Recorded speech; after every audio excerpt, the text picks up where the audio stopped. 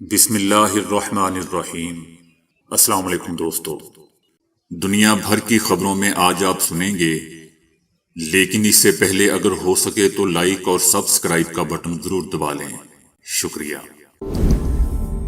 امریکی عوام نے جو بائیڈن انتظامیہ کی اسرائیل نواز پالیسیاں مسترد کر دیں، آدھے سے زیادہ عوام امریکی صدر کے مخالف ہیں۔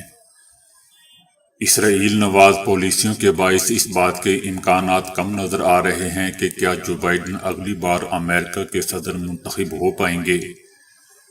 نیو یارک ٹائمز کے سروے میں 57% عوام نے امریکی صدر کی مخالفت کر دی۔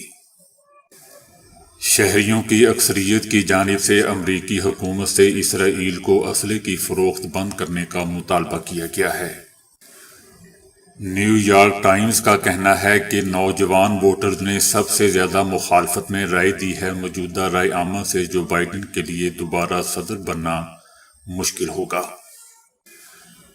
دوستو، یہ بھی یاد رہے کہ ہارورڈ یونیورسٹی پریس نے ایک سروے جاری کیا ہے جس کے مطابق امریکی نوجوانوں کی اکثریت نے رائے دی ہے کہ اسرائیل کو صفحہ ہستی سے ہی مٹ جانا چاہیے۔ سروے میں امریکی نوجوانوں کی اکثریت نے اسرائیل کو ختم کرنے اور اسے فلسطینیوں کے حوالے کرنے کے خیال کی حمایت کی ہے۔ نوجوانوں نے کہا کہ فلسطینیوں کو ہی فلسطین کی ساری زمین ملنی چاہیے۔ 18 سے 24 سال کے نوجوانوں نے سروے میں کہا کہ اسرائیلی فوج غزہ میں نسل کشی کر رہی ہے۔ 32% رائے دہندگان نے تنازع کے 2 ریاستی حل پر زور دیا۔ سروے میں 17% کا خیال تھا کہ عرب ممالک کو فلسطینیوں کو اپنے اندر جذب کرنا چاہیے۔ یونان نے کہا ہے کہ یونان بحر احمر کی عالمی جہاز رانی لین کو یمن کے حوثی ملیشیا سے بچانے کے لیے امریکہ کے زیر قیادت بحری اتحاد میں شامل ہوگا۔ دوستو، امریکی وزیر دفاع لائیڈ آسٹن کی جانب سے اعلان کردہ ٹاسک فورس میں ابتدائی طور پر برطانیہ، Bahrain, Canada, France, Italy, Holland, Norway اور اسپین شامل تھے۔ ایرانی حمایت یافتہ حوثیوں کا کہنا ہے کہ بحری جہازوں پر ان کے میزائل اور ڈرون حملے 7 اکتوبر سے اسرائیل اور حماس کے درمیان جاری جنگ میں فلسطینیوں کی حمایت میں ہیں۔ نہر سویز، جو عالمی تجارت کے تقریباً 10% کی ایک چوکی ہے، اس کی طرف جانے والے پانیوں میں ہونے والے حملوں نے کئی جہاز راں کمپنیوں کو اپنے جہازوں کا رخ موڑنے پر مجبور کر دیا ہے۔ بحر احمر میں بحری جہازوں پر حوثیوں کے حملوں میں اضافے اور عالمی جہاز رانی کی حفاظت کو خطرے میں ڈالنے کے ساتھ امریکی زیر قیادت فوجی اتحاد اور جہازوں کے مالکان مشرق وسطیٰ میں عالمی تجارت کی ایک بڑی شریان کو خطرے میں دیکھ رہے ہیں، کیونکہ بحر احمر کی باب المندب بندرگاہ کے قریب سے اسرائیل کی طرف سے سفر کرنے والے بحری جہازوں کو ایرانی نواز حوثی ملیشیوں کے حملوں کا سامنا ہے۔ ان خطرات کی وجہ سے 100 سے زائد بحری جہاز افریقہ کا رخ کرنے لگے ہیں۔ موجودہ منصوبہ امریکہ اور اتحادی ممالک کے لیے یہ ہے کہ وہ یمن میں ایرانی حمایت یافتہ حوثیوں کے ڈرون اور میزائل حملوں کے خلاف ڈھال فراہم کریں۔ تجارتی بحری جہازوں کے قافلوں پر بحر احمر میں آبنائے باب المندب سے گزرنے کا موقع فراہم کریں، جہاں دنیا بھر کی 10% تجارتی سامان کی ترسیل ہوتی ہے۔ دنیا بھر کی کمپنیاں اب عالمی سپلائی چین کو برقرار رکھنے کے لیے نام نہاد ملٹی موڈل ٹرانسپورٹیشن کی طرف جانے کی کوشش کر رہی ہیں، جس میں ایک مشترکہ سمندری اور فضائی راستہ شامل ہے۔ مشترکہ فضائی اور سمندری راستے پر صارفین کی اشیاء جیسے کپڑے، نیز الیکٹرانکس اور تکنیکی مواد کی مانگ میں اضافہ دیکھا ہے۔ اس کا مطلب یہ ہو سکتا ہے کہ سامان کو پہلے سمندر کے ذریعے دبئی کی بندرگاہ تک پہنچایا جائے اور وہاں سے ہوائی جہاز کے ذریعے ان کی آخری منزلوں تک پہنچایا جائے۔ سمندری نقل و حمل کے مقابلے میں دوستو، ہوائی جہاز کے ذریعے سامان کی نقل و حمل 5 سے 15 گنا زیادہ مہنگی ہیں۔ تقریباً 35,000 بحری جہاز ہر سال بحر احمر کے علاقے سے گزرتے ہیں اور یورپ، مشرق وسطیٰ اور ایشیا کے درمیان سامان کی نقل و حمل کرتے ہیں۔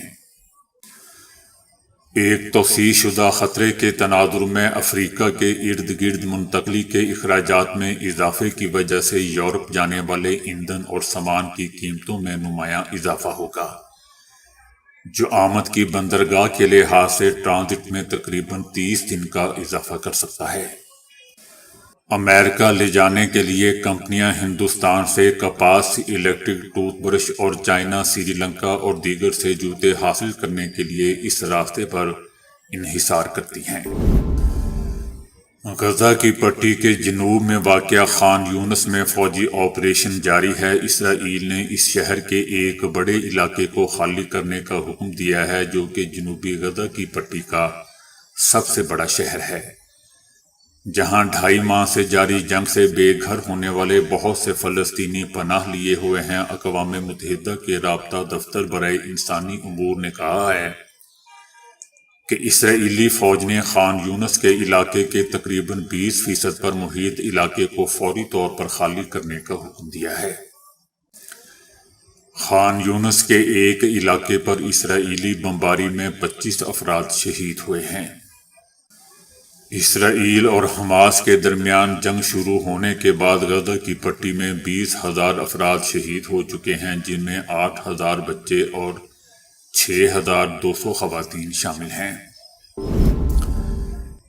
امریکی وزیر خارجہ اینٹونی بلنکن نے امید ظاہر کی ہے کہ امریکہ غزہ پر سلامتی کونسل میں نئی قرارداد کی حمایت کر سکے گا۔ اس قرارداد میں غزہ کے لیے امداد کا معاملہ بھی جڑا ہوا ہے۔ اسرائیل کا دوستو، یہ پکا اتحادی امریکہ اس سے پہلے سلامتی کونسل میں جنگ بندی کے حوالے سے 2 قراردادیں ویٹو کر چکا ہے۔ وزیر خارجہ نے یہ بھی کہا ہے کہ سلامتی کونسل میں امریکہ کی طرف سے کی گئی 2 ویٹوز پر عرب ممالک کی ناراضگی پر امریکہ ان سے رابطے میں ہے۔ ہم اس پر بڑی سنجیدگی سے کام کر رہے ہیں۔ اس سلسلے میں پچھلے 2 دنوں کے دوران میرا ان سے فون پر بھی رابطہ ہوا ہے، اس لیے بڑی امید ہے کہ ہم کسی اچھے نقطے پر متفق ہو جائیں گے۔ سلامتی کونسل میں جنگ بندی اور غزہ میں امدادی سامان کے حوالے سے دوستو، اب تک کی آخری قرارداد متحدہ عرب امارات کی طرف سے پیش کی گئی ہے، تاہم اس پر پیر کے دن سے ہونے والی ووٹنگ ابھی تک ملتوی ہے۔ اس ملتوی ہونے کی وجہ امریکہ کی طرف سے قرارداد کے متن میں اپنی مرضی کی تبدیلی کرانے کی کوشش ہے۔ اینٹونی بلنکن نے کہا ہے کہ اس معاملے میں انسانی بنیادوں پر امداد کی ترسیل ایک اہم نقطہ ہے کہ اسرائیل یہ چاہتا ہے کہ امداد کی تقسیم کا سارا کنٹرول اسرائیل کے پاس ہو۔ امریکی وزیر خارجہ کا مزید کہنا تھا کہ ہم چاہتے ہیں کہ یہ قرارداد اس طرح منظور ہو کہ مستقبل میں انسانی بنیادوں پر امداد میں کوئی رخنہ نہ آئے اور کوئی پیچیدگی پیدا نہ ہو۔ اس لیے ہم قرارداد کے متن کو زیادہ بہتر کرنے کی کوشش کر رہے ہیں۔ پیپلز پارٹی کا کہنا ہے کہ پاکستان تحریک انصاف کے سابقہ چیئرمین عمران خان اپنے کالے کرتوتوں کی وجہ سے جیل میں ہیں۔ پیپلز پارٹی کا کہنا ہے کہ عمران خان ملک اور اداروں کے خلاف سازشیں کر رہا ہے۔ عوام کو کوئی دلچسپی نہیں کہ کون جیل جا رہا ہے، کس سے بدلہ لینا ہے۔ عوام چاہتے ہیں کہ ہمیں مشکلات سے نکالا جائے۔ آصف علی زرداری واحد لیڈر ہیں جو سب کو ساتھ بٹھا سکتے ہیں۔ پیپلز پارٹی عوام کو جوڑنے اور عوام کے لیے کام کرنے کی بات کرتی ہے اور دوستوں ملک کو لوٹنے کی بھی بات کرتی ہے۔ پیپلز پارٹی کا مزید کہنا ہے کہ بلاول بھٹو زرداری ویژن دے رہے ہیں، لاکھوں گھر بنائیں گے اور تنخواہ بڑھائیں گے۔ پیپلز پارٹی کا نشے کی حالت میں کہنا ہے کہ ایک لیڈر جیل میں ہے، سہولت مانگ رہا ہے کہ باہر جانے دیا جائے۔ ایک پارٹی کہتی ہے کہ ایٹم بم ہم نے دیا اور سی پیک بھی ہم نے شروع کیا۔ شکر ہے کہ وہ پارٹی یہ نہیں کہتی کہ پاکستان بھی ہم نے بنایا۔ سروے آ رہے ہیں اس وقت پیپلز پارٹی سب سے پسندیدہ جماعت ہے۔ اس نشئی پیپلز پارٹی کا مزید کہنا ہے کہ وفاق کی سب سے بڑی جماعت بن کر ابھرے گی۔ پیپلز پارٹی پر تنقید کرنے والوں کے پاس بتانے کے لیے کچھ نہیں ہے۔ چودھری پرویز الہی نے عام انتخابات میں عوامی مسلم لیگ کے سربراہ شیخ رشید احمد کی حمایت کا اعلان کر دیا ہے۔ شیخ رشید احمد کا کہنا تھا کہ میں حلقہ 56 اور 57 سے الیکشن لڑوں گا۔ میں پرویز الہی کا مشکور ہوں جنہوں نے میرا ساتھ دیا۔ میں عوامی مسلم لیگ کی جانب سے الیکشن لڑوں گا۔ میں نے کسی کے خلاف پریس کانفرنس نہیں کی۔ شیخ رشید احمد کا یہ بھی کہنا ہے کہ خوشی ہے کہ پی ٹی آئی میرے ساتھ NA 56 اور 57 میں کھڑی ہے۔ عدالت نے 9 مئی کے مقدمات میں مراد سعید، حماد اظہر، فرخ حبیب اور علی امین گنڈا پور سمیت پی ٹی آئی کے 51 رہنماؤں کے ناقابل ضمانت وارنٹ جاری کر دیے ہیں۔ عدالت نے 9 مئی کو گوجرانوالا کینٹ پر حملے اور جلاؤ گھیراؤ کے مقدمے میں پولیس کی درخواست پر وارنٹ جاری کیے ہیں۔ پولیس کی جانب سے عدالت سے کہا گیا کہ ملزمان مقدمے میں نامزد ہے اور گرفتاری سے بچنے کے لیے بھاگے ہوئے ہیں۔ عدالت نے پولیس کو ہدایت کی ہے کہ مذکورہ تمام ملزمان کو فوری گرفتار کر کے عدالت میں پیش کیا جائے۔ بھارت کے غیر قانونی زیر قبضہ جموں اینڈ کشمیر کی خصوصی حیثیت کے حوالے سے بھارتی سپریم کورٹ کے جانبدارانہ فیصلے کے خلاف کشمیر بھر میں احتجاجی تحریک چلائی جائے گی۔ 5 جنوری کو آزاد کشمیر کے دارالحکومت مظفر آباد میں حق خود ارادیت ریلی کا انعقاد کیا جائے گا۔ اس حوالے سے پورے خطے میں رابطہ مہم کا آغاز کر دیا گیا ہے۔ کشمیریوں نے بھارت کے غیر قانونی قبضے کو کبھی تسلیم نہیں کیا اور وہ شہداء کے عظیم مشن کی تکمیل تک جدوجہد جاری رکھنے کے لیے پرعزم ہیں۔ جماعت اسلامی کے امیر سراج الحق کا کہنا ہے کہ ہمارا نگراں وزیر اعظم کاکڑ کہتا ہے کہ فلسطین میں 2 حکومتیں ہونی چاہیے۔ کاکڑ صاحب کو کس نے حق دیا ہے کہ وہ قائد اعظم اور اہل فلسطین کا موقف بدلیں؟ ان کا کہنا تھا کہ دوسری طرف صورتحال یہ ہے کہ پوری دنیا میں بڑے بڑے مظاہرے ہوئے ہیں لیکن نواز شریف یا شہباز شریف نے فلسطینیوں کے لیے ایک بھی چھوٹا سا مظاہرہ نہیں کیا۔ پیپلز پارٹی نے بھی ایک دن فلسطین کا ساتھ نہیں دیا۔ حکومت کے لالچ میں یہ لوگ فلسطینی بھائیوں کا ساتھ نہیں دے پا رہے۔ امیر جماعت اسلامی نے مطالبہ کیا کہ قوم 8 فروری کو اس ظالمانہ نظام کے خلاف ووٹ دے۔ 2024 کا الیکشن نجات اور انقلاب کا دن ہے۔ ان کا کہنا تھا کہ پاکستان کی عوام اپنے فلسطینی بھائیوں کے ساتھ کھڑے ہیں، زندگی کے آخری لمحے تک فلسطین کے ساتھ کھڑے رہیں گے۔ ان کا کہنا تھا کہ ہمارے حکمرانوں کو غزہ کے مظلوموں کے ساتھ کھڑا ہونا چاہیے۔ اگر جو بائیڈن اسرائیل کا ساتھ دے سکتا ہے تو ہم بھی فلسطین کے ساتھ کھڑے ہیں۔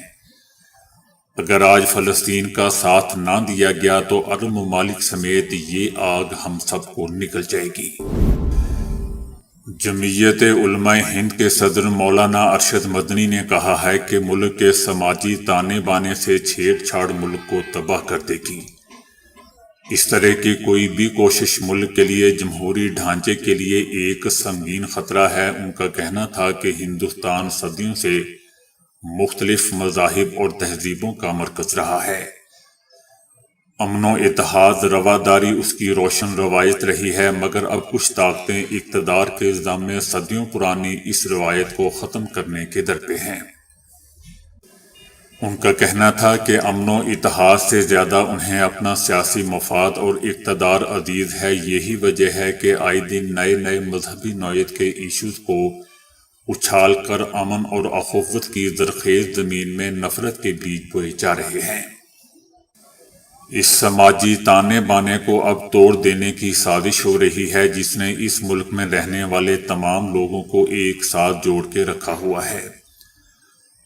مولانا ارشد مدنی نے کہا کہ یہ ایک ایسی ڈور ہے جو خدا نہ خواستہ اگر ٹوٹ گئی تو نہ صرف ہماری صدیوں پرانی تہذیب کے لیے یہ ایک بڑا خسارہ ہوگا، بلکہ یہ روش ملک کو تباہی اور بربادی کی اس راہ پر ڈال دے گی جہاں سے واپسی آسان نہیں ہوگی۔